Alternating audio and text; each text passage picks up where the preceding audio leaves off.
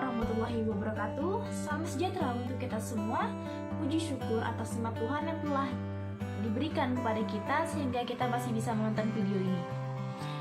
Yang terhormat Ibu Khadijah selaku dosen pengampu dari mata kuliah Pendidikan Kewarganegaraan serta teman-teman yang saya banggakan. Sebelumnya, perkenalkan, nama saya Tri Kumala. Saya dari jurusan Ilmu Politik angkatan 21 dengan NIM 50221111051. Baiklah, selama 10 menit ke depan kurang lebih saya akan menjelaskan mengenai ketahanan nasional, pendapat dari para ahli, terus kondisi di Indonesia saat ini, serta peran saya sebagai mahasiswa dalam mewujudkan atau mengimplementasikan dari ketahanan nasional tersebut.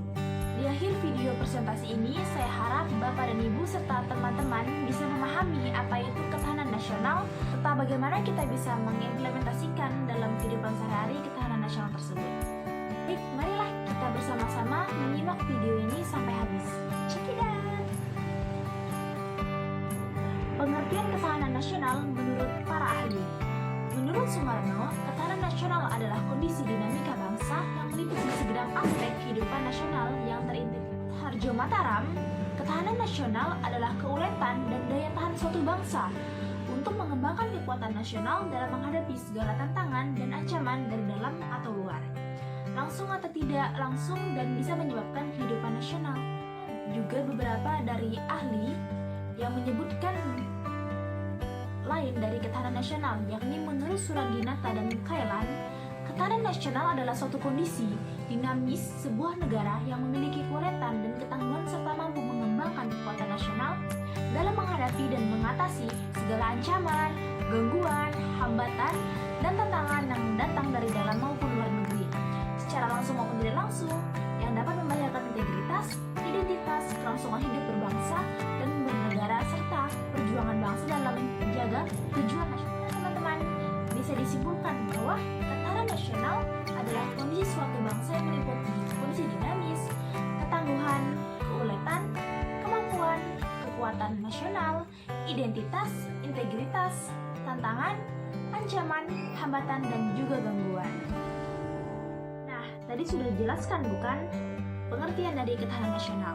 Sekarang kita menuju ke unsur dasar ketahanan nasional.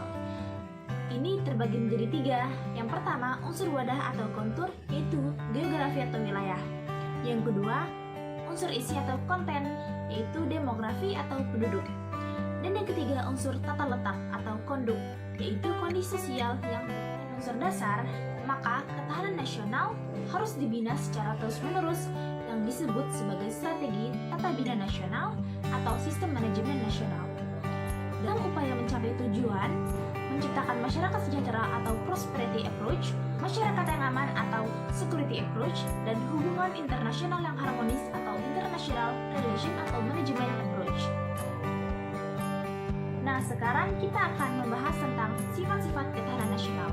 Yang pertama ada manunggal, yang kedua ada mawas ke dalam, yang ketiga ada berkewibawaan dan memiliki daya pencegah pada tren, yang keempat berubah menurut waktu, yang kelima tidak membenarkan sikap adu kekuasaan dan adu kekuatan, yang keenam percaya pada diri sendiri atau self confidence, dan yang ketujuh ada tidak bergantung pada pihak lain, yakni self reliance. Tolak ukur ketahanan nasional. Proses pembangunan nasional merupakan proses yang terus berlanjut dengan berbagai kendala ATHG yang dihadapi, sehingga masih banyak hal yang perlu dipikirkan secara strategis dan disempurnakan. Ada pembangunan nasional yang berhasil diharapkan akan dapat meningkatkan kondisi ketahanan nasional, dan kondisi ketahanan nasional tangguh dan ulet diharapkan akan memberikan landasan yang kuat bagi peningkatan pelaksanaan pembangunan nasional. Nah, pengertian ketahanan nasional adalah kondisi dinamis, yaitu suatu bangsa yang berisi keuletan dan ketangguhan yang mampu mengembangkan ketahanan dan ketangguhan itu menjadi kekuatan dalam menghadapi dan mengatasi segala tantangan, hambatan, dan ancaman baik yang datang dari luar maupun dari dalam, langsung ataupun tidak langsung, yang dapat membahayakan integritas, identitas, serta kelangsungan hidup bangsa dan mencapai cita-cita dan tujuan nasional bangsa Indonesia tidak terhindar dari berbagai ancaman, dan untuk mengatasi itu, Indonesia harus memiliki kemampuan. keuletan, dan daya tahan yang dinamakan ketahanan nasional. Kondisi atau situasi Indonesia selalu berubah-ubah, tidak statis, dan ancaman yang dihadapi tidak sama dari waktu ke waktu, baik jenisnya maupun besarnya. Ada yang bisa diantisipasi sedini mungkin, tetapi ada juga yang datangnya secara tiba-tiba yang sulit mengantisipasinya, seperti serangan COVID-19 yang menggempur dunia termasuk Indonesia. Ketahanan nasional harus dibina dan ditingkatkan dengan kondisi ancaman yang dihadapi. Dan inilah yang disebut dinamika ketahanan nasional. Secara terus-menerus, kekuatan yang memiliki harus senantiasa diperbarui dan dikonversikan menjadi kemampuan. Dan keamanan Indonesia sudah disepakati secara nasional bahwa itu merupakan tanggung jawab seluruh warga negara Indonesia. Berarti bukan hanya tanggung jawab TNI dan Polri saja, tetapi masyarakat sipil juga ikut memiliki tanggung jawab terhadap pertahanan dan keamanan negara. Dengan demikian, TNI dan Polri manunggal dengan bersama masyarakat dalam menjaga keutuhan NKRI, Undang-Undang Dasar 1945, dan usaha pertahanan dan keamanan ini dilaksanakan dengan menggunakan sistem pertahanan dan keamanan rakyat semesta, di mana pada hakikatnya merupakan segala upaya menjaga pertahanan dan keamanan rakyat yang seluruh rakyat dan segenap sumber daya nasional, sarana dan prasarana nasional serta seluruh wilayah negara sebagai suatu kesatuan pertahanan yang utuh dan menyeluruh. Sistem pertahanan dan keamanan yang bersifat semesta merupakan pilihan yang tepat bagi pertahanan Indonesia yang diselenggarakan dengan keyakinan pada kekuatan sendiri serta berdasarkan atas hak dan kewajiban warga negara dalam usaha pertahanan negara. Meskipun Indonesia telah mencapai pilihan strategis untuk dikembangkan dengan menempatkan warga negara sebagai subjek pertahanan negara sesuai dengan perannya masing-masing, juga mempunyai fungsi sebagai kondisi dinamik bangsa, sebagai konsepsi, pengaturan dan penyelenggaraan negara, dan sebagai metode berpikir komprehensif integralistik. Ketahanan nasional itu bisa dimulai dari lingkungan yang paling mikro, yaitu diri pribadi, keluarga, masyarakat, bangsa, dan negara dengan modal dasar keuletan dan ketangguhan yang mampu mengembangkan kekuatan nasional dalam menghadapi dan mengatasi segala tantangan, hambatan, dan ancaman dalam berbagai jenis yang datang secara teratur dan bisa diperhitungkan serta dengan tiba-tiba, dan mau tidak mau semuanya itu dapat dihadapi dengan ketahanan nasional. Memiliki kata kunci yaitu keuletan merupakan kualitas diri, ketangguhan adalah kualitas yang menunjukkan kekokohan seperti persepsikan oleh pihak lain dari luar. Ancaman merupakan hal atau usaha yang bersifat mengubah kebijaksanaan dan dilaksanakan secara konsepsional, baik menyangkut masalah kriminal maupun politis. Tantangan merupakan unggahan kemampuan, hambatan merupakan usaha yang bertujuan melemahkan diri sendiri, gangguan adalah yang berasal dari luar, identitas adalah ciri khas suatu bangsa dilihat secara keseluruhan yang membedakan dengan bangsa lain. Identitas adalah kesatuan yang menyeluruh dalam kehidupan nasional suatu bangsa, baik aspek alamiah maupun aspek sosial. Dari itu, kita sebagai warga negara Indonesia harus memiliki ketahanan nasional agar bisa mengatasi sekaligus melawan ancaman dari negara luar, misalnya menyangkut budaya dari luar, sumber daya alam, aspek sumber daya manusia, maupun ideologi yang menusuk identitas kita sebagai bangsa. Sebab itu, ketahanan nasional ini sangat penting dimiliki oleh warga negara Indonesia agar bisa mengatasi dan melawan ancaman yang mengancam negara Indonesia, dan agar negara dan bangsa hidup tentram dan damai menikmati kekayaan alam dan geografis yang indah pemberian Tuhan pada kita, bangsa Indonesia.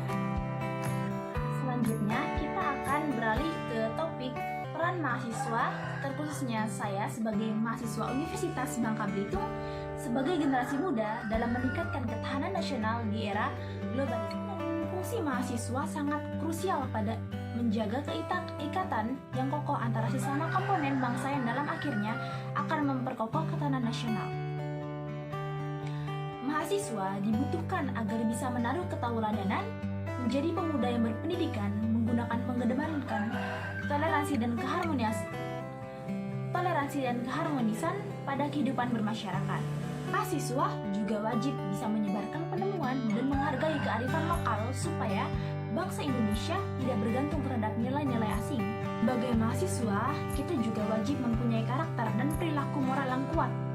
Lantaran, pada kepemimpinan, karakter menempati persentase tertinggi, yakni 80%, ilmu 5%, pengetahuan generik 5%, dan pengambilan keputusan 10%. Globalisasi ini begitu cepat masuk kepada masyarakat, terutama pada kalangan generasi muda. Tetapi, globalisasi mempunyai pengaruh negatif dan positifnya. Dalam globalisasi, adanya modernisasi yang diartikan menjadikan perubahan-perubahan keadaan yang semula tradisional menuju pada suatu keadaan yang modern, berkemajuan yang rasional pada segala bidang dan meningkatnya tingkat penghidupan. Juga berarti humanisme yang tinggi nilai peradabannya pada pergaulan bermasyarakat. Langkah-langkah mengantisipasi pengaruh negatif globalisasi terhadap nilai nasionalisme antara lain bukan semangat nasionalisme generasi muda, menanamkan dan mengamalkan nilai-nilai Pancasila dalam bermasyarakat, menanamkan dan melaksanakan ajaran kepercayaan dengan sebaik-baiknya. Selanjutnya yakni selektif terhadap budaya global, serta mewujudkan, menerapkan, dan menegakkan aturan seadil-adilnya. Dengan adanya langkah-langkah tersebut, diharapkan sanggup menangkis efek globalisasi yang bisa melunturkan nilai-nilai nasionalisme bangsa Indonesia. Sebagai akibatnya, kita juga akan kehilangan identitas nasional. Demikian beberapa hal yang bisa saya sampaikan pada kesempatan kali ini. Saya mohon maaf yang sebesar-besarnya apabila ada tutur kata maupun tindakan yang kurang berkenan bagi Bapak dan Ibu serta teman-teman yang saya banggakan. Dengan ini, presentasi video saya tutup.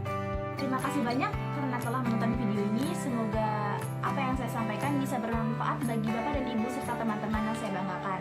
Wassalamualaikum warahmatullahi wabarakatuh.